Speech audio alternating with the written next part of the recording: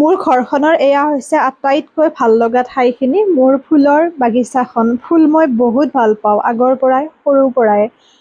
বিভিন্ন ফুল ৰোপণ কৰিছিলোঁ, বিভিন্ন ভেৰাইটিৰ, আনকি মানুহৰ ঘৰৰ পৰাও সুধি আনিছিলোঁ বা ময়ো দিছিলোঁ তেনেকুৱা ধৰণৰ। কিন্তু ইয়াতে বাৰিষা কালত বহুত বানপানী হয়, এতিয়া কিন্তু নহয়।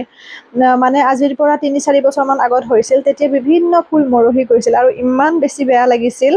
আৰু তথাপিও এতিয়া যিবোৰ ফুল লগাওঁ, ধৰি লওক যাতে পানীত নমৰে তেনেকুৱা ধৰণৰ, আৰু তাৰ উপৰি মাটিত লগাওঁ যিডাল, টাবতো লগাওঁ আকৌ এডাল সেই প্ৰজাতিৰে, যাতে প্ৰজাতিটো হেৰুৱাই নাযায়।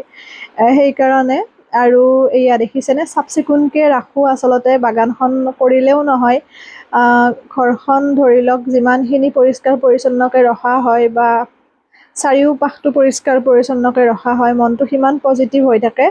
আৰু এইয়া দেখিছেনে, ফুলত এই সময়খিনিত এটা পোক হয়, বগা বগা জাতীয় ফেন জাতীয় পোক হয়, মিলিবাগ।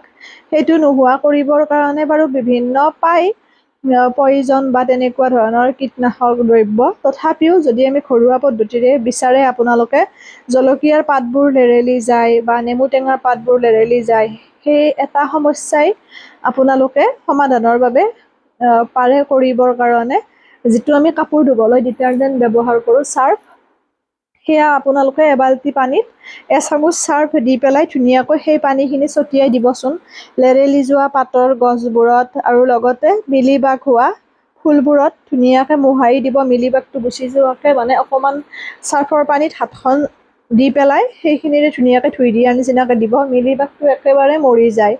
এয়া অকণমান বন আচলতে কালিয়ে চাফা কৰিছিলোঁ, আজি ধুনীয়াকৈ সেইখিনি পৰিষ্কাৰ কৰি দিলোঁ, মানে শুকাই গৈছিল যিহেতুকে অকণমান বাচি মেলি দিলোঁ। খুব ভাল লাগে আচলতে এইবোৰ কাম কৰি, মোৰ আগৰ পৰা কৰা হয় যিহেতুকে ঘৰখনৰ অকলে, গতিকে মানুহ লগোৱা হয় চাফ চিকুণ কৰাৰ বাবে। কিন্তু তথাপিও যদি নিজে অকণমান লাগি দিয়া হয় কামবোৰত, তেতিয়া কামবোৰ সহজতে হয়, লগতে ভালো লাগে আৰু কামটোৰ মূল্যও বুজি পোৱা যায়, কিমান কষ্ট থাকে এটা কামত। সেইবাবে মই কোনো ধৰণৰ লাজ নকৰি মই এইবোৰ কাম কৰোঁ। এইবোৰ কাম কৰাৰ বাবেও মানুহে নোকোৱা নহয় যে বহুত দাংকাটি ছোৱালী তেনেকুৱা, কিন্তু মই সেইবোৰ ইমান গুৰুত্ব নিদিওঁ, কাৰণ নিজৰ ঘৰখনৰ কাম কৰোঁতে কিবা লাজৰ কথা থাকে বুলি মই নাভাবোঁ। এতিয়া অকণমান মোৰ সময় তেনেকৈ দিব নোৱাৰোঁ, কাৰণ অনলাইন অফলাইন ক্লাছৰ বাবে।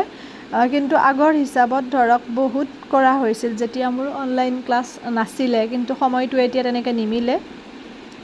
তথাপিও একো নাই, উঠি অহা প্ৰজন্মই বা বৰ্তমানৰ ল'ৰা ছোৱালীসকলে নিজৰ কামখিনি নিজে কৰিবৰ কাৰণে চেষ্টা কৰিব লাগে।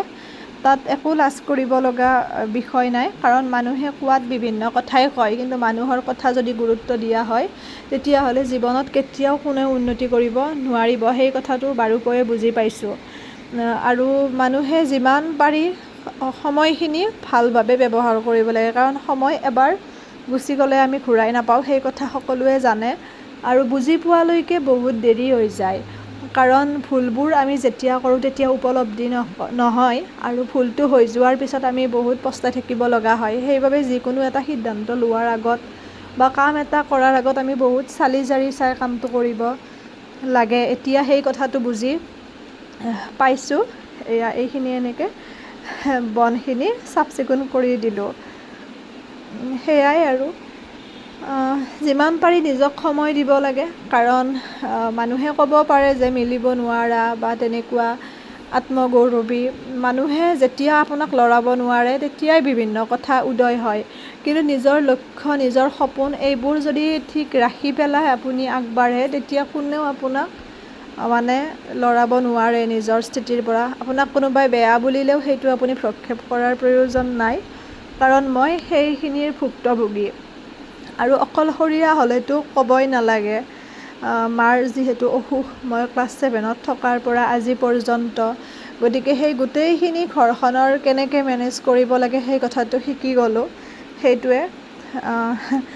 পঢ়ি থাকিলোঁ, পঢ়া কমপ্লিট হ'ল। এতিয়া ধৰি লওক লাহেকৈ নিজৰ ভৰিত অকণমানকৈ থিয় দিছোঁ। সেয়ে আৰু এতিয়া আনৰ কথাবোৰ গুৰুত্ব নিদিয়া হ'লোঁ। তথাপিও মানুহে ধৰি লওক ক'বৰ কাৰণে নেৰে, সেইটো এটা প্ৰবৃত্তি হয়। ভাল লাগে, আপোনালোকে খুব সুন্দৰ এটা মতামত আগবঢ়াই, অনুপ্ৰাণিত হওঁ আপোনালোকৰ মতামতৰ মাজত। কিবা ভুল দেখিলে আপোনালোকে নিজৰ ছোৱালীৰ নিচিনা আঙুলিয়াই দিব। আৰু মই শুধৰাবলৈ চেষ্টা কৰিম। সেইখিনিয়ে কথা। এয়া কিমান ধুনীয়া হ'ল। যেতিয়া চৌপাশটো পৰিষ্কাৰ হৈ থাকে বহুত ভাল লাগে। আৰু মোৰ এই ফুলনিখন খুব ভাল লগা। এতিয়া ঠাণ্ডা দিন পৰিছে, নতুন নতুন ছিজন ফ্লাৱাৰবোৰ লগাম।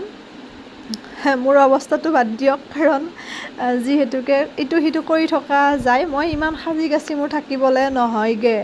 ঘৰত থাকিলে, ক'ৰবাত গ'লে বাৰু কিবাকৈ অকণমান ওলাই মেলি যাওঁ ভালকৈ। সেই তেনেকুৱা কথাবোৰ। পিছত এয়া ওচৰৰ ভাইটিকো মাতি পেলাই ক'লোঁ অকণমান সহায় কৰি দিয়া। তেনেকৈ মিলি জুলি কৰিলে পটককৈ হয় কামখিনি। যিহেতু আমি গাঁৱলীয়া মানুহ, গাঁৱৰ পৰিৱেশত থকা, আৰু আমাৰ এৰিয়াটো বহুত ডাঙৰ হয়, গতিকে বনবোৰ গজি থাকে আৰু চাফ কৰি থাকিব লাগিব তেনেকুৱা। বহুতে কয় বন দৰৱ দিয়াৰ কথা, কিন্তু ঘৰত জীৱ জন্তু আছে যে কিবা আৰু ক্ষতি হ'ব, সেইবাবে নিজে কৰোঁ।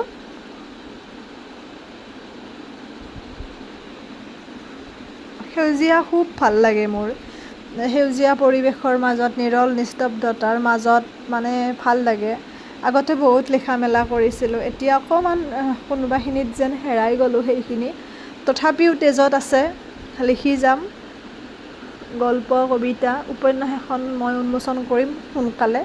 লিখা হৈছে লকডাউনৰ সময়তে। ভাবিছিলোঁ যোৱা গ্ৰন্থমেলাত উন্মোচন কৰিম, কিন্তু বিভিন্ন ঘাত প্ৰতিঘাত বা তেনেকৈ নিমিলিল কিছু ক্ষেত্ৰত বা সময় সুবিধা। কিন্তু অহা বছৰ গ্ৰন্থমেলাত মই চেষ্টা কৰিম মানে উন্মোচন কৰিবৰ কাৰণে, যদি আপোনালোকে আশীৰ্বাদ কৰে বা পঢ়িব বিচাৰে মোৰ উপন্যাসখন। ভাল লাগিল, কিছু কথা আপোনালোকৰ লগত পাতিলোঁ। ভাল লাগে আচলতে ব্যস্ততাৰ মাজত আপোনালোকৰ লগত দুআষাৰ কথা পাতিব পাৰিলে।